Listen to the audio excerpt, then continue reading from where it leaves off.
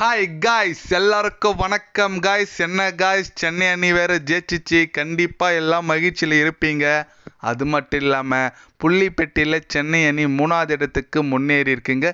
கிட்டத்தட்ட பிளே ஆஃப்ஸுக்கு முன்னேறிச்சுன்னு கூட சொல்லலாம். ஏன்னு கேட்டிங்கன்னா, இன்னும் மேலே ஒரு 3 போட்டியில் 2 ஜெயிச்சில் சென்னை அணி உள்ளே போயிடும். அதனால சென்னை அணி உள்ளே போயிடுச்சுன்னா கண்டிப்பாக கப் அடிக்க நிறைய சான்ஸ் இருக்குங்க. இந்த வெற்றியை குறித்து நம்ம ரவீந்திர ஜடேஜா சில பல கருத்து சொன்னாருங்க. போஸ்ட் மேட்ச் ப்ரெசன்டேஷனில் அவர் என்ன சொல்லியிருக்கான்னு சொல்லிட்டு இந்த வீடியோ டீட்டெயில்டாக பார்க்கலாம். அதுக்கு முன்னே நீங்கள் நம்ம சேனலுக்கு புதுசாக வந்திருந்தீங்கன்னா ஒரு சப்ஸ்கிரைப் மட்டும் பண்ணிட்டு வாங்க. வீடியோக்குள்ளே போகலாம். அவர் என்ன சொல்லியிருக்காருன்னா, இந்த வெற்றி எங்களுக்கு ரொம்ப முக்கியமான வெற்றி. இந்த வெற்றிக்கோசம் நாங்கள் கடுமையாக உழைச்சிருக்கோம். நிறைய பிளான் பண்ணி தான் நாங்கள் வரும்போது.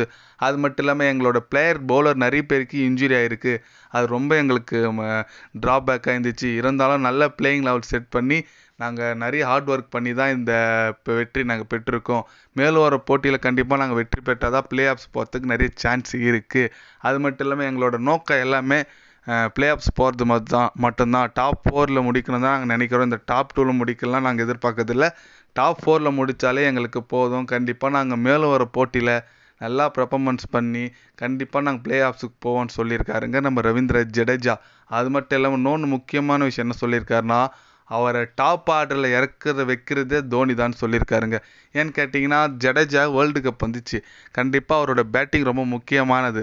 அதை குறித்தா என்னன்னு தெரியல, நம்ம தலை தோனி விக்கெட் வீழ்ந்துச்சுன்னா கண்டிப்பாக இப்போ ரீசெண்டாக கொஞ்சம் மேட்சாகவே டாப்பில் தான் இறங்கிட்டு இருக்காரு. 2 டவுன் 5th டவுன் சொல்லிட்டு. அதனால் ரவீந்திர ஜடேஜாவோட பேட்டிங் அருமையாக இருக்குங்க. இந்த இன்னிங்ஸ் சூப்பரான அந்த நாக் ஆடினால தான் டீசெண்டான ஸ்கோருக்கு நம்ம சென்னை அணி வந்தாங்கன்னே சொல்லலாம். அதனால் Ravindra Jadeja batting bowling fielding சொல்லிட்டு பயங்கரமாக கலக்கிறாருங்க. அது மட்டும் இல்லாமல் ரொம்பவும் எதிர்பார்த்துருந்து நம்ம சாந்தனரை உள்ளே கொண்டு வந்தாங்க. நம்ம சாந்தனரும் ரவீந்திர ஜடேஜோட காம்போ சூப்பராக இருக்குங்க. 2 பேரும் லெஃப்ட் ஆர்ம் பவுலர் தான், சேம் வேரியேஷன் தான். ஆனால் அவருக்கு இருக்கும் சில பல டிஃப்ரென்ஸ் இருக்குது பால் போடுறதுல. ஆனால் 2 பேர் காம்போ பயங்கரமாக செட் ஆயிடுச்சு. அதனால் சென்னை அணி இந்த வெற்றி பெற்றது ரொம்ப சந்தோஷம். அதில் முக்கியமான வெற்றியை பெற்றிருக்காங்க. பிளே ஆஃப்ஸுக்கு உதவிருக்கு இந்த வெற்றி. அது மட்டும் இல்லாமல் புள்ளிப்பெட்டியில் 3வது இடத்துல போயிருக்கிறதுனால இன்றைக்கி கேகேஆர் வர்சஸ் லக்னோ அணி ஆடிட்டு வந்துட்டுருக்காங்க. அதில் பார்த்தீங்கன்னா, லக்னோ அணி தோத்தா நம்ம 3வது இடத்துல தான் இருப்போம்.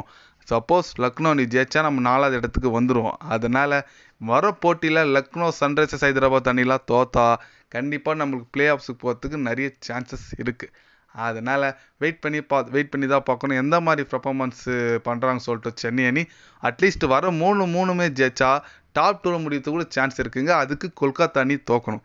அதனால் சில பல மேட்ச் ரிசல்ட்டை வச்சு தான் நம்ம எப்படி முடிப்போம்னு சொல்லிட்டு நம்ம வெயிட் பண்ணி பார்க்கணும். அதனால் சென்னை அணி இந்த மாதிரி பர்ஃபார்மன்ஸ் பண்ணி ஜெயிச்சிருக்கிறத பற்றி நீங்கள் என்ன நினைக்கிறீங்கன்னு சொல்லிட்டு கமெண்ட் பண்ணிட்டு போங்க. அதுவும் நம்ம ரவீந்திர ஜடேஜாவோட பர்ஃபார்மன்ஸும் நம்ம சாந்தனரை பிளேயிங் லெவலில் எடுத்துகிட்டு வந்திருக்காங்க. அதை பற்றி நீங்கள் என்ன நினைக்கிறீங்க சொல்லிட்டு அது கமெண்ட் பண்ணிட்டு போங்க.